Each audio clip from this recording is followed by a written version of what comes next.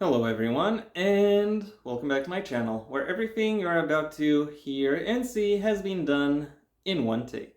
I'm your host, the One Take Man. In last week's video, I talked about the backdrop for a potential Special Unit 2 reboot. For this video, I thought I would take the idea of a reboot one step further and look into the actual cast of characters that the audience would be, would be following throughout this show. When it comes to putting this cast together, I will admit that I am not starting from scratch. Rather, there are some characters that I want to, or character archetypes that I want to bring over from the original show. And those characters that I want to bring over are, first of all, the captain of Special Unit 2, and second of all, the leads of Special Unit 2. So, three characters overall that I'm adapting to this, that I'm adapting to this reboot. I'm gonna start with the captain because because his character is, I think, the easiest to explain, or rather his analog is the easiest to explain. And and he also goes into something that that will become somewhat of a part when putting together the cast for this show, namely the fact that because this Special Unit 2 is somewhat different from the original, the roles the characters have within it, even if they are even if they are very similar characters, would still be uh, just a little bit, even if only a little bit different. In the in the case of the captain's correspondent, for example, instead of being the captain of Special Unit 2, he would instead simply be the commanding officer of a detachment within this particular iteration of Special Unit 2. With the commanding officer of Special Unit 2 itself, or of this Special Unit 2, maybe occasionally making a guest appearance within this show. Nevertheless, the personality of the captain analog would still be basically the same, as in gruff, dry-humored, and very much stoically in charge. When it comes to how I would bring the leads into this new show, I have I will change a little bit more about each of them. Starting, for example, with Kate, she would actually be, I think she would actually be very similar to her original, in the sense that she would still very much be a by the book cop, someone who has internalized every rule and procedure that she as a police officer is supposed to follow, and someone who and she very much believes in those in those rules, because she wants to do the right thing and she sees these rules as the right thing. However, because this Special Unit 2 isn't exactly a isn't exactly a it has or rather has tasks that are roughly similar to those of the police but aren't exactly that. She would occasionally find herself not knowing what to not knowing what to do, how to most effectively handle herself within any new situation that she is that she has brought in, due to her due to her standing and due to her affiliation with this with Special Unit 2, or with this iteration of Special Unit 2. So I imagine she would be somewhere between a pit bull who is kind of giddy in its cage and a fish out of water, because because she would perhaps be a little bit too aggressive for for really for the kinds of tasks that she that she will have been assigned to, just a little bit. When it comes to Nick's character, I do admit that I do want to alter him somewhat, but I want to keep the parts of him that make him an interesting character, namely his more jaded, loose cannon demeanor, but seek to recontextualize it for this for this new show. Um, Nick in the original show very much adopted a devil may care attitude towards towards his job and towards his well-being in order to protect himself from becoming emotionally invested. And that attitude you know causes him to become very indifferent towards both his well-being and that of any potential perpetrators. And in a sense, he very much embodies that saying of when you stare too long into an abyss, the abyss starts staring back. That being said, he is not a complete monster. He has on various occasions shown that showcase that he actually has plenty of compassion for victims and witnesses. Sometimes even long after a case uh, has been closed or concluded. And that is not a contradiction from his original premise. That is very much another realization of it, namely the fact that he sees these people as worth protecting, but himself and the perpetrators that he pursues as expendable. And I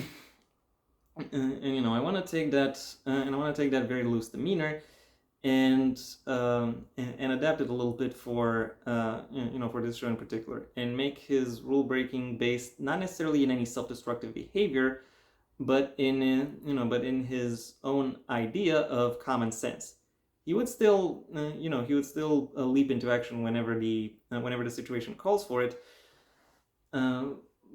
But before he is anything else, he is very much an everyman. He is the kind of guy who follows his own awareness of what the best solution for any given situation is, and as such, he will often clash with the rules and procedures because they are not, as far as he sees it, the best thing to do in any particular situation. And that, I think, would also fuel a lot of his potential clashes with the with the Kate analog, because while she knows the rules, she can't really she finds herself less than capable of following them, whereas he may know the rules, but he very actively decides to dismiss them. And I imagine that, and yeah, that could cause plenty of friction between them, which can henceforth be mined for a variety of character conflicts. That being said, I do not want them to turn into rivals to lovers or colleagues to lovers.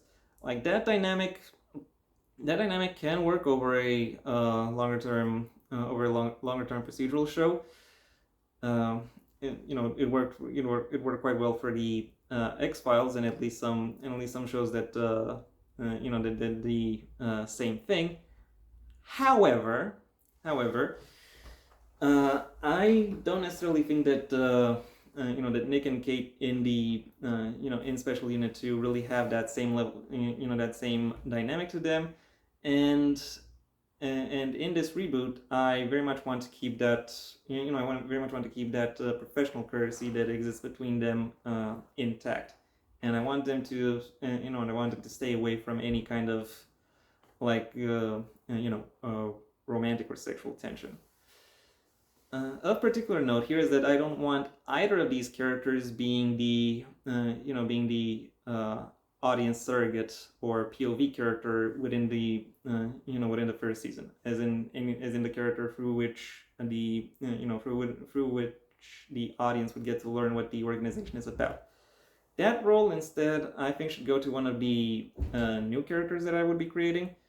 Namely a biologist who keeps running into the supernatural and unprovable, and is determined to do her best to go on to actually prove it. However, every time she tries to, she discovers that her evidence has been disappeared.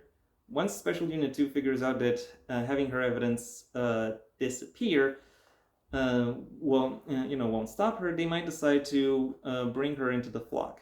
And at that point, I imagine most of her conflict, at least within the first season of the reboot, would be would see her torn between wanting to learn as much as possible about all of the creatures that that the special unit apparatus has cataloged, and and really leaking or revealing everything that everything that Special Unit 2 has. So in a sense, she would be torn between between the classic scientist dilemma of gather everything, figure out everything you can on your own, or disseminate as much as you can.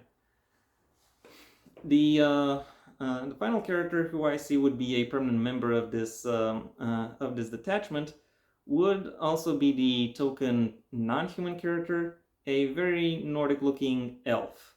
And when I say elf, I do not mean dwarf, I do not mean gnome, I very much mean a Tolkien-esque elf, as in Nordic-looking. So human-sized, pretty. Uh, very good at everything, very long-lived, and having pointy ears. Like that to me, that is an elf. That is what this kind of character is. That is what this kind of character is supposed to be. Who I imagine in this team would be the anthropologist and the conflict mediator. A position that would be somewhat ironic because due to his very haughty, very arrogant demeanor, he would actually be involved in more conflicts than than any other member of the cast. Because not only does he have that demeanor, he would also have the experience of the centuries, so to speak, and that would allow him to, and that would pretty much convince him that he is right in everything he does. Even in a lot of very small things that could lead to some moments of culture clash, fish out of water comedy, where he not only is he convinced that he is that he is doing the absolute right thing, but that any other approach would be absolutely catastrophically wrong. That's the kind of thing I more or less want him to go down. And I imagine his relationship to the Nick analog in particular would mirror the dynamic between between Spock and McCoy in the Star Trek franchise.